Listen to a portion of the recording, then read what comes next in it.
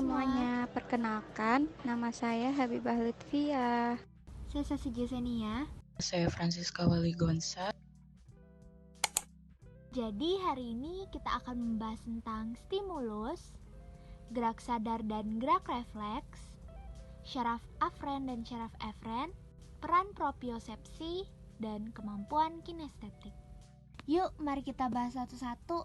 Yang pertama ada gerak sadar dan gerak refleks. Gerak sadar itu pusatnya ada di otak. Itulah kenapa gerak sadar juga disebut sebagai jalan yang panjang bagi impuls atau rangsang untuk menghasilkan sebuah respon. Gerak sadar berarti kita dengan sengaja atau sadar melakukan sesuatu. Misalnya, gerakan mengambil buku saat ingin belajar atau mengambil handphone saat kita ingin berfoto dengan teman-teman. Kebalikannya, gerak refleks itu sering dikatakan sebagai jalan yang pendek untuk menghasilkan sebuah respon. Jalurnya lebih pendek karena melalui sumsum tulang belakang. Gerak ini terjadi secara spontan dan ketika kita butuh reaksi yang cepat. Gerak refleks ini juga bisa sebagai sistem perlindungan diri loh. Misalnya, ketika kita menangkis bola yang tiba-tiba datang atau menarik tangan saat merasakan sesuatu yang panas. Selanjutnya saya akan menjelaskan tentang neuron aferen dan eferen. Jadi neuron aferen ini adalah syaraf yang membawa sistem sensoris menuju CNS atau sistem saraf pusat. Neuron eferen ini adalah saraf yang membawa impuls menjauh dari CNS. Bedanya saraf aferen dan eferen ini, saraf aferen ini membawa sinyal dari luar tubuh kita ke dalam sistem saraf pusat. Sedangkan saraf eferen membawa sinyal dari saraf otak kita menuju keluar tubuh kita.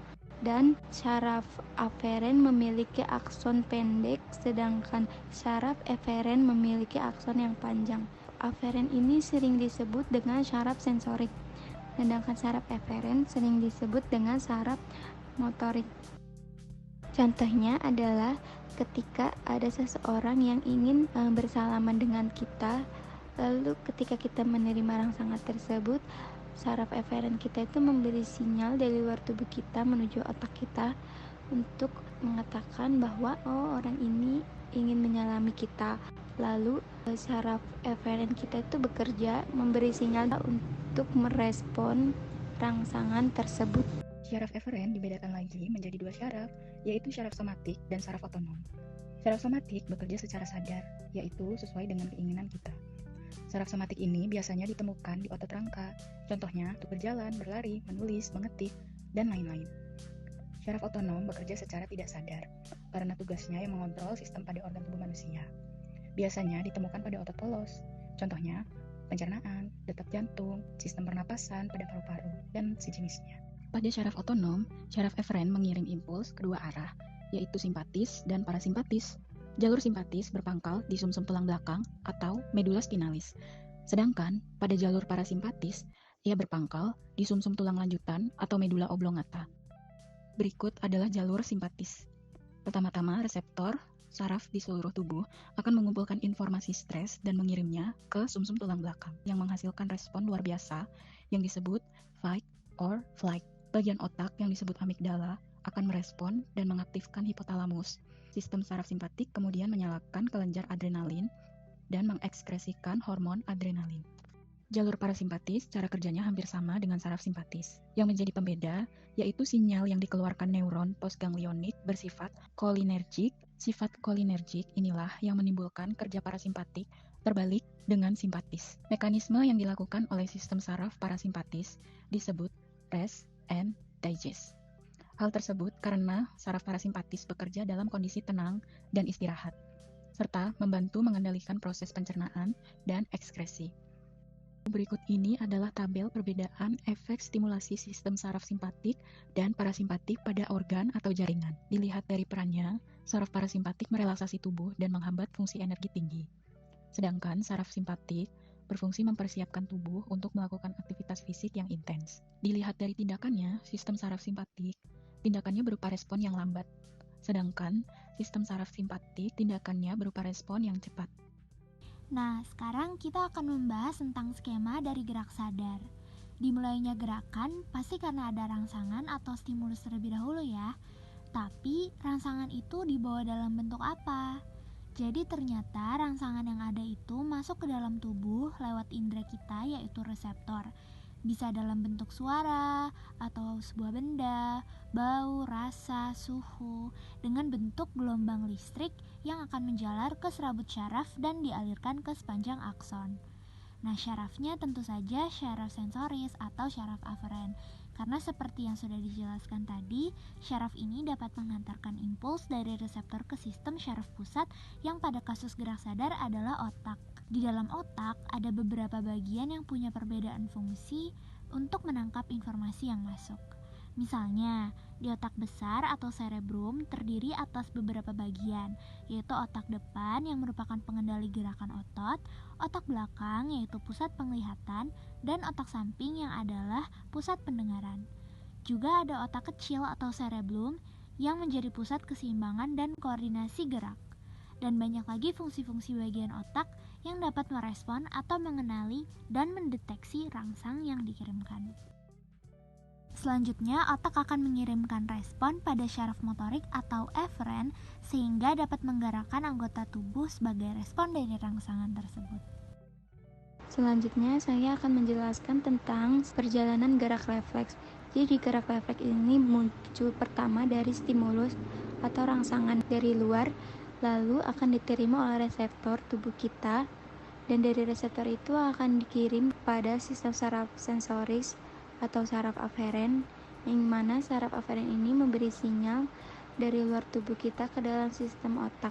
Akan tetapi dalam gerak refleks ini sinyal tersebut dibawa ke dalam sumsum tulang belakang. Sumsum tulang belakang ini akan menghubungkan antara impuls menuju kornu anterior medula spinal. Sesaraf akan menerima impuls atau dapat menghantar impuls-impuls ini melewati saraf serabut motorik. Lalu setelah dari sumsum tulang belakang ini akan membawa sinyal dari sumsum tulang belakang ini kepada tubuh kita untuk merespon dari rangsangan tersebut, lalu dibawa ke efektor atau otot sehingga akan menciptakan suatu gerakan yang tidak disengaja. Sekarang mari kita membahas tentang propriosepsi dan kinestetik. Pertama, kita akan mengenal terlebih dahulu apa itu propriosepsi.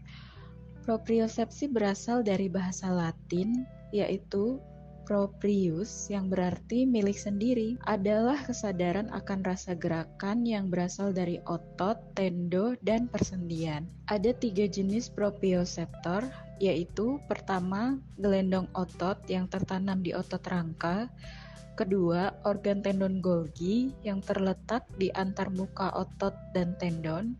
Ketiga, ada reseptor sendi yang merupakan mekanoreseptor ambang rendah yang tertanam dalam kapsul sendi. Kemudian ada aparatus vestibular. Dalam gambar, aparatus vestibular yang mirip dengan keong yang berwarna biru. Fungsinya menyampaikan informasi ke otak ketika bagian tubuh bergerak atau posisinya relatif terhadap bagian tubuh lainnya, dan itu berpengaruh terhadap proprioseptor. Pada akhirnya, organ persepsi untuk indera posisi adalah korteks sensorik otak. Kemudian ada persepsi kinestetik. Persepsi kinestetik adalah informasi mengenai postur, posisi, lokasi, dan gerak tubuh yang didapat karena adanya stimulasi mekanis terhadap persendian dan otot. Menurut Sherrington 1906, kinestetik dibedakan dari proprioseptik berdasarkan aspek keseimbangan atau balance. Berikut adalah proses fisiologi persepsi kinestetik. Pertama, gerak sendi dan otot mengirim sinyal yang diterima oleh reseptor ke ganglion spinal, kemudian ke radix posterior medulla spinalis, lalu naik sebagai funiculus gracilis dan funiculus cuneatus, kemudian berakhir di nukleus Golgi, kemudian berganti menjadi neuron sensoris yang kedua, lalu menyilang ke sisi lain medulla spinalis, kemudian menuju talamus di otak, lalu berganti menjadi neuron sensoris ketiga, kemudian berjalan menuju ke korteks somatosensorik di gyrus post centralis atau dikenal dengan lobus parietalis. Seluruh sistem saraf bertanggung jawab atas indera kinestetik. Di otot, persendian, dan tendon kita memiliki neuron yang merespon hal-hal seperti sentuhan dan tekanan. Contoh dari indera kinestetik adalah setiap kali kita terlibat dalam aktivitas fisik yang melibatkan anggota gerak. Dalam tema kinestetik, ada hal yang disebut ilusi kinestetik.